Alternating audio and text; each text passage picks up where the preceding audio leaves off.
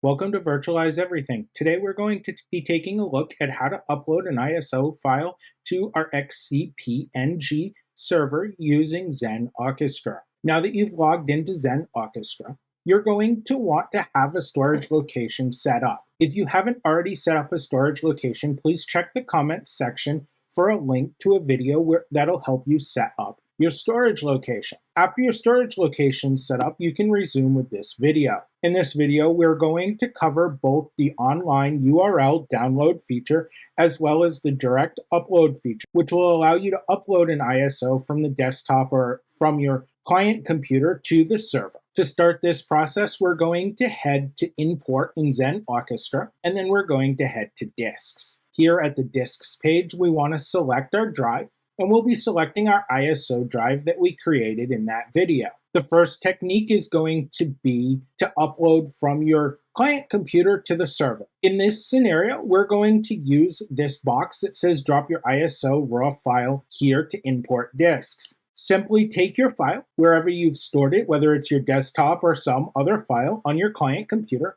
drag it up to this window and release it. Now you can press import and the disk image will start loading. If you want to watch its progress or see if it's completed, we can view that at tasks right here, and you can see that the upload process is taking effect. To show you the way of uploading the URL that I spoke about. So here at import disk, we'll go to disk. This time we're going to select the same storage location, and then we're going to click this slider that says from URL. Clicking this from URL slider, we are able to actually upload a URL. So let's do this in practice. I've preloaded the Ubuntu site for a disk image of 22.04 server. In order to get that, we'll click on Products and Ubuntu Server. Here at Ubuntu Server, we'll press Download Ubuntu Server, and we can press download again. This time, if it appears a window for downloading, we'll click cancel, like we are right now. Then we're going to right click on download now,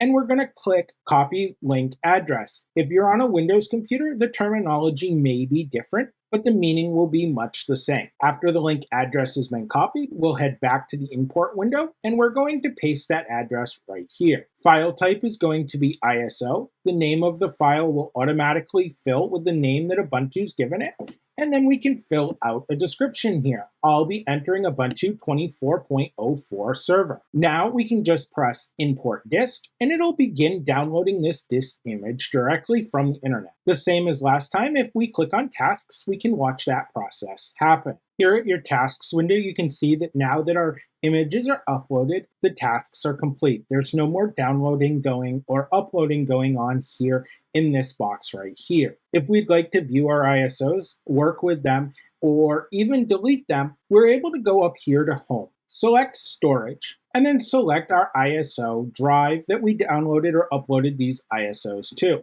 Here you'll notice two different green tabs or bars that show the amount of space these two images are taking up on the drive. If you were to click on one of them, like say this Ubuntu 23.10 desktop ISO that we uploaded from our client machine, you're able to then see the ISO and actually work with it. So now that we can see it, we're actually able to delete it or remove it or edit descriptions or something like that. If we wanted to delete this, we could check the box and then we could press destroy. Pressing destroy and then pressing OK will allow us to actually remove that image. I'm going to conclude this video at this point. I hope you enjoyed it and you found it easy to begin working with ISOs here with Xen Orchestra in your XCP-ng server. As always, have a good night, and don't forget to like, share, and subscribe to help Virtualize Everything continue to bring you content on virtualization.